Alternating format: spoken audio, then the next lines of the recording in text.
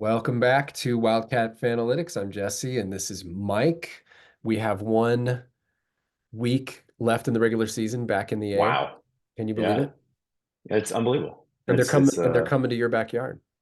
they sure are. Yeah, I'm gonna try to sneak off to make at least I know I'm gonna at least make Saturday, but I struggle with going to Pauley. It's just one, it's a pain in the tail to get to and to get out of. Mm, It's and this one's on a Thursday, so that makes it even worse. But two, I don't have a lot of good memories from mm, attending those games. So yeah. it's always a tough one, and that fan base has gotten increasingly nasty. So yeah, we'll Well, see. Maybe I'll And make it. that's something I didn't even mention a second ago about our conversation today that we should definitely kind of break down the armchair perspective on this last weekend. Yeah, Um, yeah, definitely. But let's jump in with the Bear Down Award. You want to go Yeah, first for Oregon and ASU senior night for the Cats? Two senior nights, right? That was ASU's senior night. Big week. sorry, ASU. Yeah. Um, yeah, I just have to give the props to Kylan. Just an incredible 2 games for him. 36 points, something like what seven assists or something like that. Really super efficient. Really set the tone, especially on senior night at home when he came in off the bench. Hmm. Yeah. Maybe not the him coming off the bench scenario that everybody was kind of pining for in the midseason, but um, Grant Whiteman got some great minutes early, and Kylan came out like a rocket and really um, stepped it up. So yeah, I've got more to say about Kylan later, but that's the guy we all want to see, and I thought he was wonderful in his role. Yeah, awesome. For me, it was not so much a player, though I'll Yeah, give a shout out to Umar for his, mm. what is it, eighth, Back-to-back double doubles again. yeah, eighth or ninth double double. But Crazy.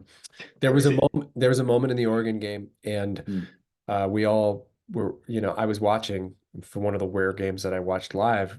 And in the second half, I told you, I texted you at halftime, and I was just feeling like, okay, this feels like a Dana Altman 50-point second half, just the way we kind of looked casual in the last 7 minutes. Yeah, And I wasn't worried about us losing, but I'm just watching these deeper processes in terms of evaluating championship, potential. So I'm watching this and, here we go. So, sure enough, they just come out like a video game, like I knew they yeah, would. And then they get it down to 15, and then Tommy calls timeout finally, and he puts in KJ. And I couldn't find it in the highlights, unfortunately, but the very next possession, KJ's on Kuznard, and he takes the ball from him, and we go love down. it. Yeah. Yeah, And so I think what that struck for me was the team is learning how to have a better fight response. I don't think it was anywhere near a championship fight response in both games. hmm They really have this way of just becoming casual. And maybe it's just, I mean, maybe just being in their bodies on the floor, they're like, like this team can't beat us. And that's a little right. like an immaturity, but it's also like a confidence. Who knows? But it You're was, you're up you're up 21. You're up 20 or whatever at the half. Like, it's hard to shake that and feeling of then, like, look, yeah. we're dominating. And then at ASU, last year I think we were up 19 at the half, and then they just basically almost tied it within 5 minutes of the second half. And so, I'm looking at, all right, here we go. We got another sizable halftime lead. And what do? They come Hmm out and almost bring it all the way back right away. Not super encouraged by either of those, but I am encouraged at at the response, Yeah, and so yeah, we'll talk more about that. But I think overall, um, what I'm really, really impressed by is the continuity of the offense and the confidence of the offense. Not only Boswell, of course, that's immense when he's playing at this level. It takes our team up a whole other notch, as has been well chronicled by everybody in the media, and I think they're absolutely right. But yep, also, we're going to get into some clips here, and you're looking at Caleb and Pella being a little bit more facilitative, being a little more versatile, and that's exciting as well. yeah, yeah, and cool to start. It was interesting to start off that game without a real point guard on the floor, Mhm. right? The Oregon game, yeah. Yeah, exactly. With Grant Whiteman playing sort of like a three, basically, Mhm. and it was really Pella and Caleb, and are not always perfect. I think Pella dribbled it off his foot, which he He thought did. was a foul. Hmm. But yeah, Hmm. but they did do some pretty cool stuff, and I Here's the like that first. responsibility. Here's the first possession. You had Yeah, you had their regular set with a high ball screen, dribble yeah, handoff, and just take it to the rack. So yeah. Pella facilitating there. Yeah. Yeah, and you saw Balo adding some gravity to that, like rolling Hmm. hard, and that's something that you and I have been talking about that I'm just a huge fan of is the interplay between Caleb and Umar. That even if Umar is not touching the ball on a play with Caleb, he's oftentimes dictating the spacing that allows Caleb to get those shots. And I know we have more to look Let's at do on that it. front. Let's go. Let's go Yeah. into it. So I can pull it up right here I'm and selfishly taking the opportunity to talk about that let's my do little it. pet project. Let's do it. Um, yeah, so there was three straight plays in that first half where there was various ways that Umar created an opportunity for. So here's like a little zoom action kind of, and then Balo is so deep in there that he's forcing that super deep drop from Dante. Invalidante, Mm. and we're just look, it's a floater. Sometimes that's not like your favorite shot. Shout out to Winger on Wildcat Authority Board, who I believe hates floaters entirely. But he has Caleb has that in his bag, and so really cool to see. Let's watch And, the whole and play. again, it's Yeah. yeah, look at Balo down there. He drags him down as Pella goes to the top and they rotate the ball. Exactly. Yeah, and Caleb off that zoom action, which is sort of a pin down in the corner to free up a move like a kind of fast ball screen dribble handoff kind of Mhm. thing. Um, to get downhill immediately, so you're already moving quickly. Mhm. Um, yeah, just cool to have Balo like sucking that gravity to allow that play to happen. Does that, Um, do you think that stuff is looking smoother? Like to me, it just looked yeah, against ASU as well. Things are just happening more quickly. Like yeah, most of the season, there's just been this little hitch in our continuity. And yeah, yeah, I'm sure Tommy would say it anywhere from just a combination of comfort, familiarity, and practice, but it just totally, this weekend I noticed like, well, we look almost like that team 2 years ago when they got rolling, where it was just you got guys really trusting where they're supposed to be. And I think that's totally. we talk so much about focus, intensity, effort with this Hmm. team. I think a hidden piece has been connectedness. And Yeah, I think the connectedness looks to be a little more unlocked. But this is the following I agree. possession. I don't know if, Yeah, and this is number two of three. oh, wait, you're saying that, but I didn't pull it up. You're really flying. Our trust is high. So That our connectedness. is this what So you're looking at? yeah, two of three. And so this is simple stuff, and it's just Balo seals it off and provides a really nice open window. This is off the Um, free throw miss. yeah, Yeah. exactly. And that's the connectedness, that's that trust where Balo knows what he's doing. Right there, Right. he's He saw it boom. right there. Yeah, he's like, oh, I know what's going on here. And Caleb trusts him and just goes straight in, and gets it off, gets that nice touch off the glass. And number three, Oh, um, I was going to pull this one up too. yeah, this is the simplest stuff you can do, right? This is just like a little ball screen, a little, high pick and roll. Um, I wanted to point out because I've been just complaining about our drop coverage all season. We get to now to reap the rewards. Basically Altman said, we're going to basically cover you like you yep. would cover you. We're going to use Yeah. drop coverage and see if your guards can beat us, and Yeah. we did. But this is Dante dropping into the lane, and that's what opens Hmm. up this. This is what it looks like when we play Stanford, basically, Yeah. and Yeah. FAU, right? Totally. Look how he's back. All four guys for Oregon are below the free throw line, Yeah. and And Love so, and I just get it. Like yeah, that makes sense because it we're does. so prolific in the paint. Yeah, it didn't But work. Yeah. it did not work. And yeah, I had those same like flashbacks of like, well, oh, how they turn the FAU. tables.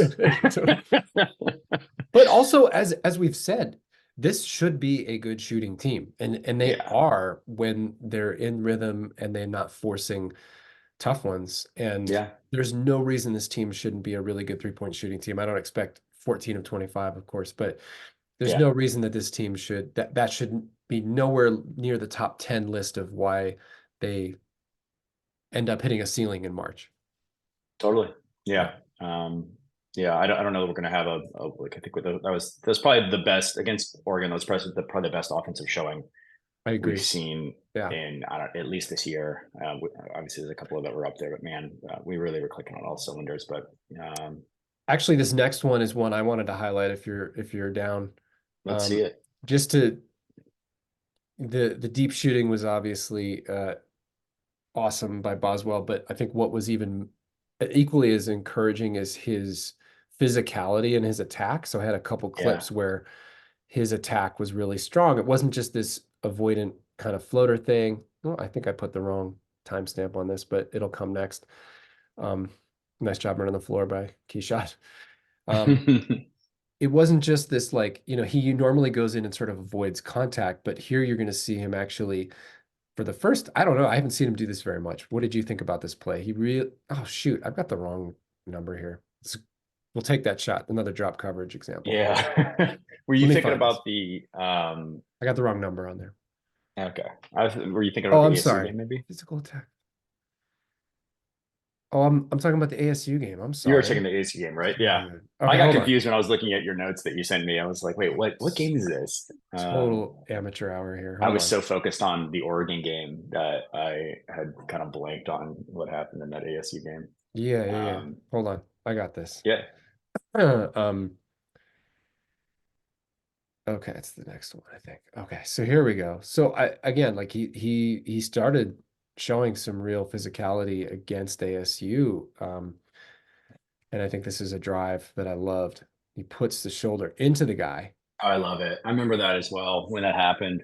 and and Um, and watch the celebration too, which this, to me is tells me how big this is for him. Like that means a lot. yeah, he wanted that bucket. Yeah, he In loved it. for his confidence, just to know that he can do that because he normally looks terrified and expects to be blocked when he goes in the lane. Yeah, and I don't know what the coaching staff has been working on, but I assume that's part of it is hey, look, you're so strong. You've got so much force in you when you leap off 2 feet like that you're going to bump the guy out of position and you're going to be able to make that layup. And it's great to see him capitalizing on that. Yeah, I mean, and Ted Robinson spoke about it on an interview I saw this morning on Wildcat Country podcast, and he was saying even in the WSU game, they he noticed Miles Rice sat for the last segment of the game because presumably just like Arizona's strength, the guard Mm. strength was too overwhelming. So I think, you get confident Kylan and a lot of good things happen. This was another take that I want to give this kid credit. We've been really hard on him and Yeah, totally. and there's again, you gotta come out and do it again and again. But here's a really Yeah. good sign. He takes the scrambled play and just like total attack. Another example of Balo helping, Yeah. And we pointed out in that um show one more time. Go and ahead. I suppose it was probably the Washington State game where Kylan, drove without consideration of what else was going on around him, like didn't have follow involved. And so completely different scenario here. So it's not just aggression, it's controlled aggression or that thoughtful kind of aggression. Um, that's a perfect example of it because you do use follow to clear out that space. And even if Balo wasn't there, he did have a really nice lane. And if he got contact, it's possibly if he doesn't get the bucket, he's able to get the harm and get to the free throw line. And then, as we know, it seems that his offense Right. translates into defensive engagement. And so, this was an example where, I thought his engagement's really good here. I think I'm okay with his little. He's got such good hands and long arms that he can really poke balls. Yeah. 90% of the time, this ball's gonna be problematic for ASU. This one just happened to work out in their favor, but it doesn't matter. I think he's right in front. He almost has Right. it. It happens to bounce off Collins and but that's it's but it's like it's a great more defensive often play, than like obviously. look where he is. Like this Yeah. isn't Yeah. and he's got his hips square with Collins and he actually like beats him to the ball. It just happens to hit Colin's foot. I don't know. We're not trying to, nitpick too much, but I think his engagement looked better in the first 13 minutes of Oregon, and then most of the time against ASU, I thought. Yeah. Yeah. There was I sent you a clip of some ball screen coverage where it was, he's fighting over and Balo's playing up, and these are guys that we whipped on a little bit, where, Mm-hmm. hey, look, if you're not Mm-hmm. fighting up those screens and Balo's playing a deep drop, like you're just giving up these wide open, mid range jump shots, Mm-hmm. and I got one for they you.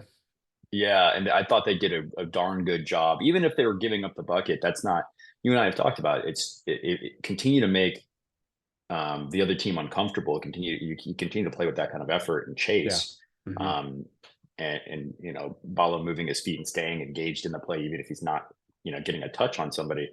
That builds, that makes a difference rather than just like, look, we're take whatever shot you want and hopefully you miss. So here Balo steps up. Yeah, Pella does a great job getting around the screen, but look where Balo is. Instead of being yeah, I back love it. here, Yeah, and look at him hang, right? And that's great. so he gives enough time. The guy makes a shot, but it's you take that because Totally. if they're going to beat you on that kind of shot, a pretty well closed out 20 footer. Yeah, I take absolutely. I take that all day. That's the shot you want them taking. FAU Totally. beat us based on that, but we missed 20 layups. And so it's Yeah, it's gonna work most of the time. exactly. Yeah. Yeah, it's one thing to allow that shot when it's uncontested and it's just a wide open, nobody's even defending you. It's another thing for that to be contested. The numbers are going to favor you in the end. I got one more on Balo if you want to see it. Or I'm sorry, Please, Boswell. Balo did a great I love job. to see it. Yeah, there was some really great help, ball screen help by Balo. He had a block on Kuznart. Let me see. I don't know if it made it into the. That Yeah, yeah, two-handed. yeah, yeah, it did. Hold on, I can do both these real quick. So this was awesome because we beat up our drop coverage so much. Yeah, So let's give it credit. Like when you play it well, this is what can happen. Boswell on the ball, and here's Balo with the help. So Boswell switches onto Kuznard. He's great gonna get job. beat. But look at so first of all, Balo's up at the elbow. He's not Yeah, we back love that. here, which I love. Hmm. And then he tracks, block, and Love then it. we'll just watch this to get the payoff. But Just for the fun of it. oh, I actually really loved that play by Caleb Love, just his patience on that play. Yeah. I didn't expect him to get it down there. And then Jaden is so creative with his layup finishing that it's super cool to see those two do what they do. Yeah, that was dope. It showed some maturity. I think Caleb For sure. really is, except for that little 3 minute stretch where he shot three terrible threes. He was really, really dialed in, and his decision making looks much more in rhythm and not forced.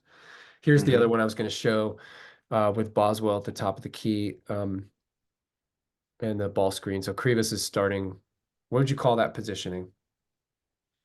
Oh, that's at the touch. Yeah, Mm. So he's that's at the great. top. Yeah, And he gets back with that's with incredible. Dante. And Yeah. he's able to do it, right? And that's Hmm. what we were complaining about is Hmm. like these bigs are more mobile than we give them credit for. Um, Yeah. or maybe that the defense, like the scheme, was getting them credit for. Like you don't have to hide them deep in the paint. Like they can move their feet. So So let's watch this whole sequence, and we spotlighted Krivas, but watch Boswell because this is the difference between 90% effort and 100% effort, and he stays engaged with the play. He yeah, that's stays engaged awesome. with the play, and he Uh he he gave that little look, and then we'll get the little payoff here. Yeah, and that's like the second and third level efforts that we were complaining about earlier in the Yes, season. yes. That not just Kylan, but a lot of the guys in the team were just failing to keep it with the play. Um, and I don't know if that's chemistry or just being locked in, or or a coaching change. But super super happy to see it out of these guys. So I'm just roll this back. Watch this little quick look over his right shoulder that he keeps track of Shellstad because a lot of times during this season, I think where he gets burned is when he falls asleep. Yeah, So watch this little look, and this allows him to get his hand on the ball. Watch this right here. He's gonna look back right there. Yep. He's got an eye on his guy. So he kind of lost That's him. great. He went for the strip and then he relocates and then boom. That's awesome. So it's a little thing, but a huge thing. And that's what we're here. That's what we're all about tracking here. Yeah, that's very true. And those little things are what separate, winning some games versus winning the games that you need to win, right? Totally. Piling up enough wins that you can hang a banner. So let's talk about hanging a banner. We're in LA Yeah, this man. week. This team has put itself in position both to win the league and also to have no room for error to win the league with its earlier season 90% efforts, let's call them. So Yeah. uh yeah, how are you? Yeah, so what I mean is I think you and I maybe even said it. If you look at 20 game Pac-12 schedule, when you look at the beginning of the year, almost every year you're happy with a split in LA. And Yeah. and this year's a little different. Um, but both teams still have their elements of dangerousness. So Yeah. now the team's put itself in a position where it can have everything if it wins both, and it can lose a lot if it loses even one. Um, yeah, Yeah. what do you make of that? Yeah. I mean, look, if we lose, so what happens if we lose one? We probably drop to a 2 seed, right? And we probably at best share the conference title with Wazoo. Which is Um, not shared because they beat us twice. Yeah, I don't care what the rule says. yeah, and Um, I'm, the it's number not will that be hard. on. Come on, it's not that hard to make tiebreakers, especially when you have Yeah, a I know. head-to-head. It seems so silly that So like wait a stupid. minute, Yeah, guys. Like I honestly forgot that it was shared until maybe a week me ago, and too. I Yeah. and I was like, wait a minute, like that's like that doesn't make any sense. But If I'll take I'm it. if I'm telling me I'm not hanging that banner, I'm saying we gotta be better. Sorry. Yeah, how what would make my hopes and dreams come alive? Um, I don't mind if we share it. I really don't. I want a share of the title. I don't. It doesn't. I know that that's probably it doesn't sound you know super appealing, but if we split and we get a share of the title, I'm still considering this a really successful season. We still went and walked away with you know getting swept by the other shared that should be tie breaking it be damned, but so my goals for this season were to walk away with a title, and so I don't care if it's shared. I'm still gonna hang my head high on that one. Wazoo can pound their chest all they like. Congrats, guys, enjoy it. The tournament obviously becomes the big focus, and I don't mean Vegas. uh, we've talked about it a lot. Everybody knows it. This is a fan base that has just been abused. It feels like for 20 plus years now, and we really could use a punch through. This is if you look at what team could do it, you look at a group of guys that have been there, and a really kind of mature group of starting guys largely, and then some great talent surrounding them, some great young talent. That feels like a great combination. You think about next year what we'll have, or how soon can we get that kind of group back together. Well, we might lose we might lose at least 4 starters this year, and so that's it. And then next year's team looks really young, barring transfer portal stuff, which you and I are going to talk a lot about this summer, I'm sure, this late spring. So it just feels. I hate the pressure of it. I really do. It's the nature of being an Arizona fan, and the history that we've had that um, and a little bit of Tommy's lack of success in his first 2 seasons, despite some great success in the regular season. The lack of success in the postseason. It feels like kind of a now or never thing, and so it doesn't hurt my feelings at all to walk away with a split and a shared title. My focus really is, can we, for the love of God, punch through some postseason success? That's where I'm at. You? Mm. Well, does that punch through have any? I know it doesn't for me. So do you have a concrete idea of that, or of what punch through looks like, or will you just kind of know it when you see it? Do I accept like an Elite Eight loss as like enough for me? Oof. There's so many different ways to win and lose, and so many different teams to Yeah, win and lose against. It's hard to say, isn't it? it really is. Yeah. I Yeah. mean, if it was just some kind of epic battle and it was like, gosh, I don't know. I don't know. What I mean, Yeah. it would probably break my heart, honestly. Like that's probably where I'm at. I've tried, you and I have talked about this. I've tried to Mhm. expand. Um, You try to be enlightened, it, but it's hard. it is. Yeah. I try not to get too emotionally invested. Obviously, we're doing this right now because I am so emotionally invested and you are the same. But yeah, and so but then how do you get there? Obviously having a one seed would be useful. I'd rather play a five than a four. I just yeah, so Yeah. it's just it's just having an easier path, hopefully. You want that third That's weekend, is what you're saying. yeah, definitely. Okay. Yeah, Mike's laying down the gauntlet. I didn't think you were gonna go that strong, but I like it. that's where I'm at, I man. like it. Just be honest. I hear you. I kind of feel like I don't really know where I'm at until the season ends, and then I'm like, all right, you know, um, I wrote this on the Wildcat Authority board. Jules, our buddy Jules, posted that he was going in with no expectations, and Hmm. I think what it boils down to me is I can see it if we're it's pretty obvious to all the fans when this team is really dialed in. Yeah, And I think if we just are dialed in for the tournament, each game that we get to play, it doesn't mean we're going to play super well or not make mistakes, but if we look engaged and we leave it out there and we you're get beat, process focused I'm here. process focused, but I also kind of like it's almost more intuitive. Like I know when it's like you get beat instead of you beat yourself. Yeah, And I can't live with it at any stage of the tournament if we beat ourselves. If that's a championship game, there's going to be a yeah, level of satisfaction to having gotten there. But to me, it's not so much about which stage you reach, it's about how you show up.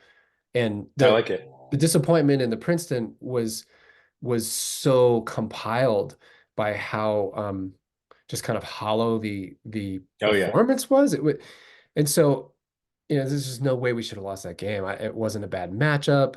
I think that's just kind of a BS excuse most of the time. Anyway, Princeton didn't play that well. It was just like we just didn't show up in the ways that. yeah, Anyway, we don't have to get into that, but I can't say like obviously the deeper we get, the more that the outcomes sort of help balance the process goals. But I look at this team, I'm always kind of like just in my years in coaching, almost 2 decades, I just automatically look at things from a coach's perspective. And yeah. Of course. what the reason why I say that the seeding is not that important with this team, and I'm not saying I'm right, but that's kind of what comes up to me is there's so many elements to this team's growth that are internal Hmm. that have far more impact than the, the variability of seeding choices. Does that make sense? Yeah, totally. This team developmentally almost feels to me like a high school student that has all the best teachers, a pretty good brain, and a really good school, but still needs his parents to wait to get him out of bed on time to get to school. Yeah, And so that kind of I know that feeling. yeah, totally. And we've all been there, right?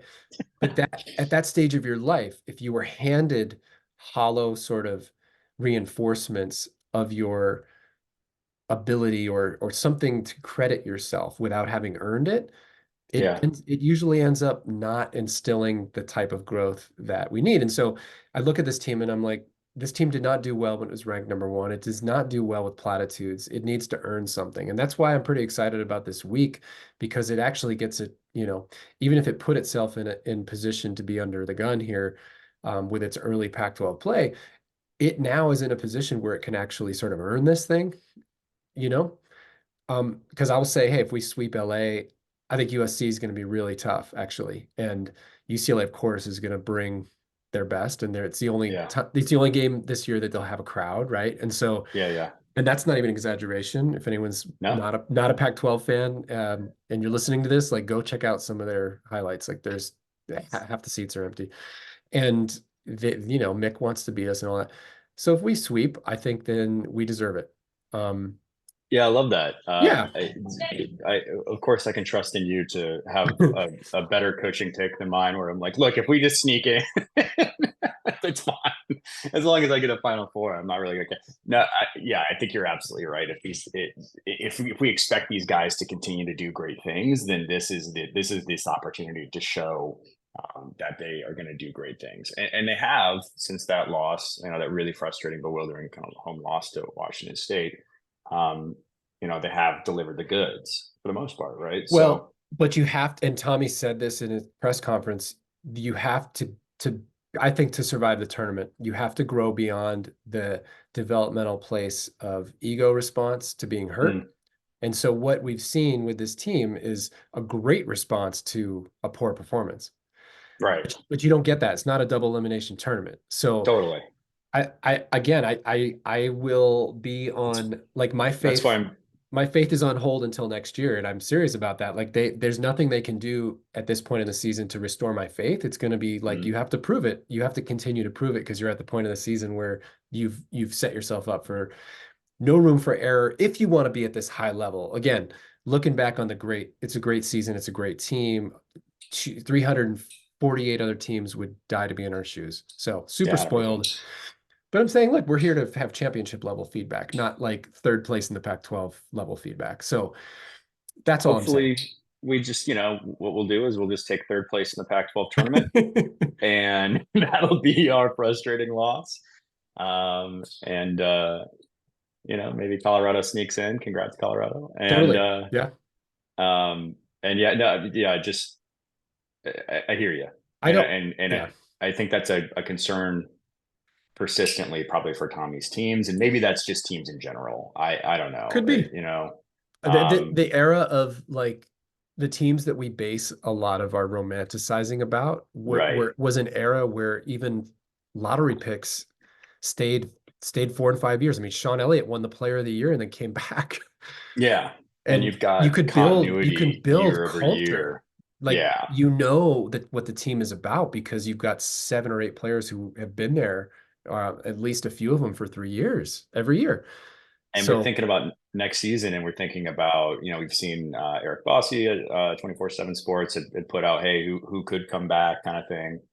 Umar Balo is one of those guys, Paul Larson, Caleb Love, all three of those guys could potentially come back, because you look at next season and go, gosh, there isn't a ton of continuity. There's not a ton of senior leadership.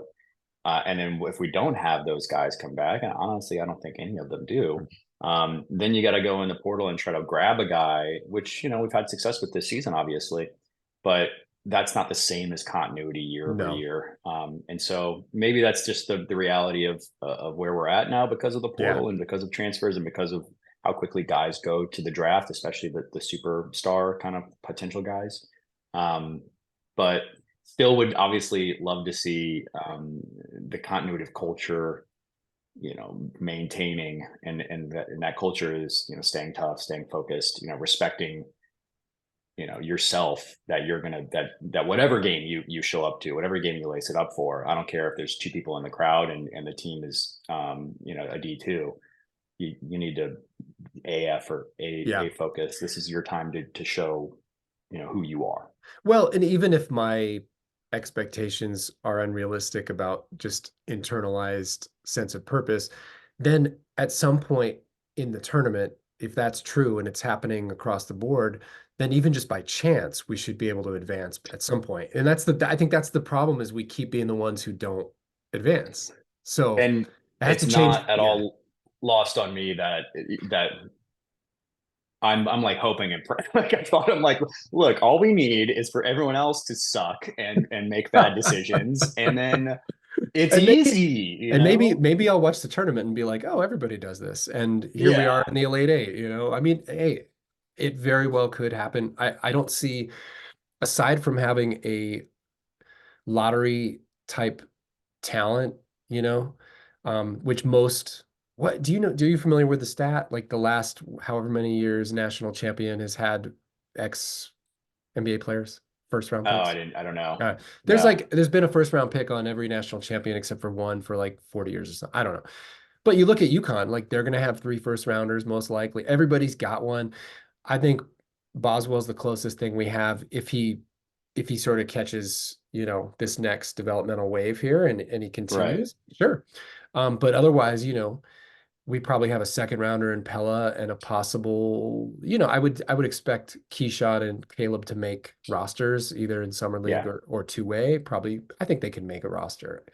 Um, but I don't think we have that high end talent. Right. But we do, I don't think that necessarily precludes us from making it far because we have so much experience. And we don't have any holes where you're like in this rotation, we're really missing this kind of guy. Yeah. Yeah. And it was interesting to see in the Oregon game, there was a spell there where we went with Keyshot at the 5. And I thought the defense kind of fell apart in the end because I think guys aren't maybe used to those roles. But, we do have the flexibility Yeah. in this group to put a lot of really high quality defenders and ball handlers on the floor together Yeah. um, with Keyshot at the 5 and his strength and athleticism and length. It. So yeah, there's a lot to it. Maybe the skill package is here instead of like here, but at Yeah. least that floor is pretty high. It feels like as Well, long yeah. as we're getting this version of Kylan, or at least one of Kylan or Jaden playing like the 5-star that we know that they can be Totally. in a game. It is almost like a throwback team because how many teams in the top 25 have four seniors? I mean, two of them, yes, it's their first year with us, but I mean, four seniors and I think two of them are fifth year, aren't Kishad Yeah. and Umar fifth year. So, I mean, Pella just turned 23, I think. I mean, it's like unheard of at the high level, the high major level. So I think that can make up for the lack of a lottery pick. I think that's kind of a reductive thing to look at, but it is, you know, reductive or not, it's been a theme. I got a little stat for you, that I want a little trivia question for you. Then Please. we'll wrap up. So I just happened to be looking at the stats to try to prepare for this the other day, and I noticed that Hmm. we currently, as of today, though there are a couple guys right on the verge, have no player averaging two or more turnovers per game. So Wow. everybody's 1.9 or better. The team, Whoa. even though the team's averaging, I think the highest point total in Tommy's era, 90 plus still, I think we're averaging about our lowest turnover rate as a team. Um, can you name the last Arizona team? And I'll give you a hint. It was in the last 10 years. It does not go as far back to Lute, but it is in the Sean Miller era. The last Arizona team not to have a player averaging at least two turnovers a game. Oh man, that is, you know, I would jump to like TJ and Nick in 13, 14, but I'm guessing that's not true. Yeah. Well, they may have. I actually didn't have to go back that far, but Oh, no kidding. we could check on that. There's a more No, I recent mean, there's a more recent version. wow. Who It's was it? almost the team that's the easiest to forget in our recent history. Um, I mean, is it the marketing year? It's the year after that, or The Aiton year? 2 years after that. It's the The year Nico? after. Oh It's no, the Brandon nuclear Randolph, the Brandon nuclear meltdown year? Brandon Randolph, and all the Ryan Luther and all Justin those guys. Coleman? Yes, Justin Coleman, I was afraid that that was going to be the answer, by the way. Like that was the first thing that came to my mind is I was like, oh my God, if it's the graveyard season of the like graveyard season. terrible. Hmm. Yeah. Let me just make I saw sure. that team play in LA, You did. and yeah, and I saw us play at USC, and we lost by like 25 to USC. Let me I've just. never been. Yeah, it's oh no, I got the wrong year. Justin Never been Coleman more embarrassing. Justin Coleman had 2.1 turnovers that year. Round down. Why? No, no, no, there is a team. Anyway, the more exciting point is, oh no, sorry, it is the Trier marketing team. Yay! Yeah, you're right. Kadeem Allen was Yeah. 1.9, Raleigh Alkins 1.8, Trier 1.7. That team averaged 11.4 turnovers a game. Pretty darn. I still contend that the Xavier game aside, that was Sean Miller's best coaching job. Yeah, at yeah. Arizona. I think Yeah. it probably was, and managing Trier in and out of Mhm. out of that season. All the I know he was. injuries. Yeah. Yeah, I Remember know we were he playing was like desperate. four, we played like four centers at one point in the game against Stanford. There was just no guards. PJC was hurt. Kadeem had like a bad knee and then he was Yeah, sick. There was like Ristich, Pinder, Markkinen, yeah. Comanche, and like Alkins or something. Yeah. Yeah. And I know that was, Sean desperate to punch through and get Yeah. and really get back. And just a bad break for, Raleigh to break his hand. And I'll never stop complaining about that. We probably still should have won that game. Even maybe that was the bad coaching job of the season, is just look, if Raleigh has a broken hand and he can't actually shoot the ball, like we should probably like give it up and play Kobe for Play one game, Kobe, just see if he you can know? get hot and yeah, outscore his flaws. Yeah. Yeah. Okay, so we've got so it sounds like your hierarchy and mine are fairly similar. Neither of us cares about the Pac-12 tournament past the first. You got to win that first game. I'm not, Yeah, I'm yeah, not, yeah. I'm not placing that Don't as get a given. embarrassed. I'm not going to place that as a given. Like that's Yeah. Stanford, ASU, Washington, or USC most likely. You gotta. I mean, I'd love to play Stanford because I'd love to beat them by 100. Um, Yeah. I just my don't want them to hurt our players. yeah. I don't want to play Washington. I don't want to play USC. I don't want to play Arizona State. But Washington plays too many possessions. yeah. They're gonna tucker us out with the up and down. Yep. So I think I think we're in a good place against UCLA this week. I think the USC game could be the tough one. Um, Interesting. yeah. I, I'm worried about home cooking against UCLA. I think Mm. that their like hopes and dreams reside, fairly solely on, are the refs going to bow to or bow Cronin. to Cronin's will. That's the way that the team is kind of set up in a way. Like Mm. Sebastian Mack, what does he do? He just sort of runs towards defenders and hopes to get a foul call. Um, their bigs kind of similarly. But it's a good thing for us to learn how to play through, I think. And I think we're at the Yeah, point where UCLA doesn't scare me as much because they don't have the upper end firepower and right. like they're not an any given night type of team. Whereas USC with Collier and Sure. Ellis, like, that we've had trouble with guards. Collier could go for 35 and all of a sudden you're in a one possession game and Ellis banks in a three. So Yeah. I Yeah, think they have the much better group of guys, USC is gonna right? have a Like, hard time stopping us, but it's a Saturday game. I think if we played them Thursday, I'd prefer that order of things. But hmm let's take on again. We got to prove it and we got to earn it. And I think um, would I fault this team for being split? No, but they've put themselves in position where they need to sweep.